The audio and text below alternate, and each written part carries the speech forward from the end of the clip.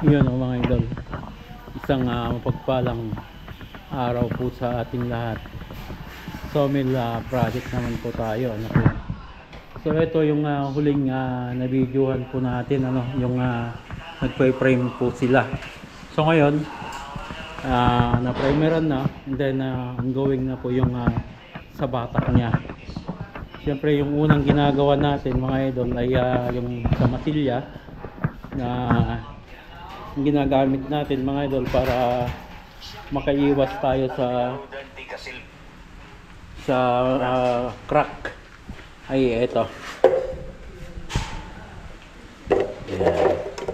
Kung hindi ito mga idol na epoxy na part A na part B, dahil walang tindang Pioneer epoxy, so ito naman yung pinabili natin mga idol na Bostik na El Capitan. So part A and part B din po yan.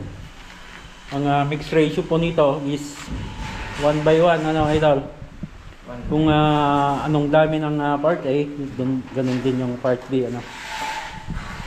So kung walang available na Pioneer epoxy, pwede po ito. Yung mga gustong mag-sponsor, Backhand Man, Bostik, El Capitan. Meron din po yan, epoxy. So yan po yung ginamit namin sa mga dugtungan o yung bikat ng aming mga board at saka dun sa rivet mismo, ano mga idol. Yan. So sa ano po ito, dining. Yan. Then living area. So yan mga idol, ay sinampol lang po muna natin yan dito.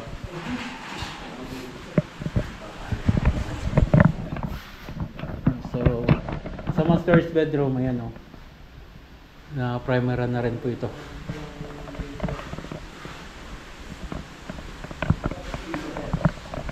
So ongoing na yung pintura. So pipinturahan mo na ito mga idol, pupulayan bago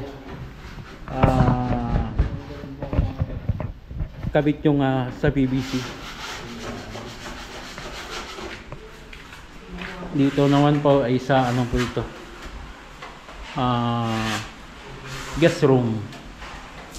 Ayan o, batakan na.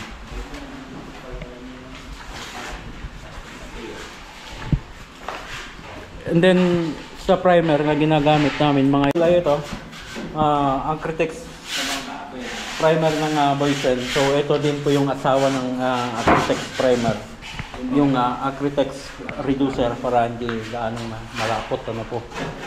So may mga vlog na tayo before na ito talaga yung ginagamit na namin.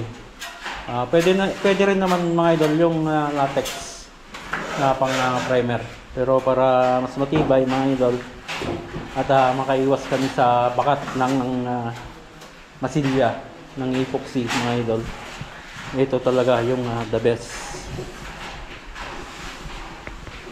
Ayan o.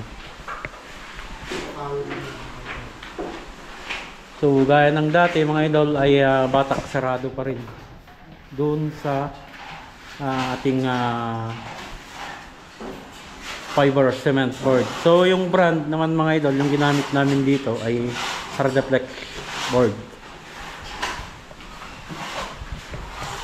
So akyat tayo sa taas.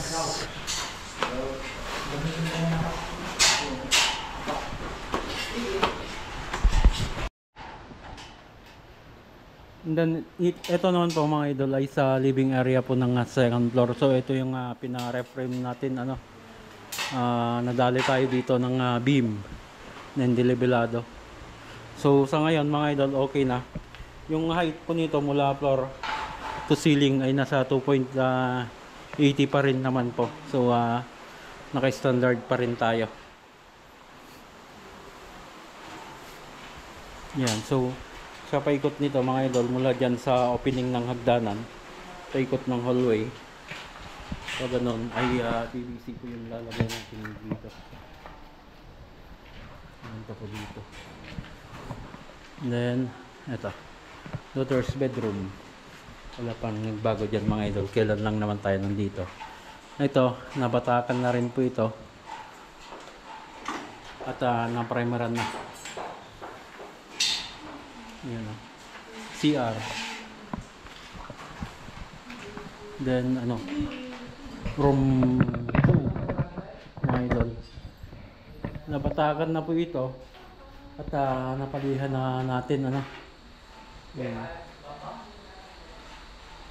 So ipapa-first coat natin ito mga idol bago tayo mag retouch para makita natin talaga. Then papasinagan din po natin to ng ilaw.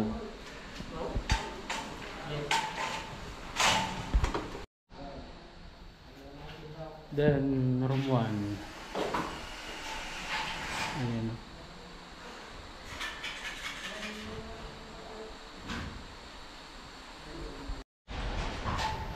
Okay mga idol, sa tansya natin mga idol ay pwede na tayong magkabit po ng PVC next week para makita natin at masimulan na rin natin yung mga design ano po. So may design po dito sa ano, living area po ng second floor sa may kitchen, and then may drop tayo sa gitna ng daughter's bedroom. Ayan.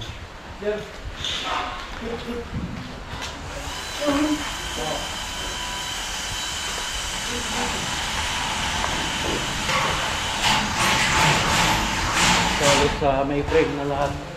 Dito na lang po sa may ano, sa may hagdanan yung wala pa. Dito sa ilalim niya. Dito. Sa may likuran ng TV console. Ayan. So medyo lumiwanag na dito sa loob mga idol sapagkat nakapag-primer na. But eto malambot pa, hindi pa pwedeng lihain to. Sige.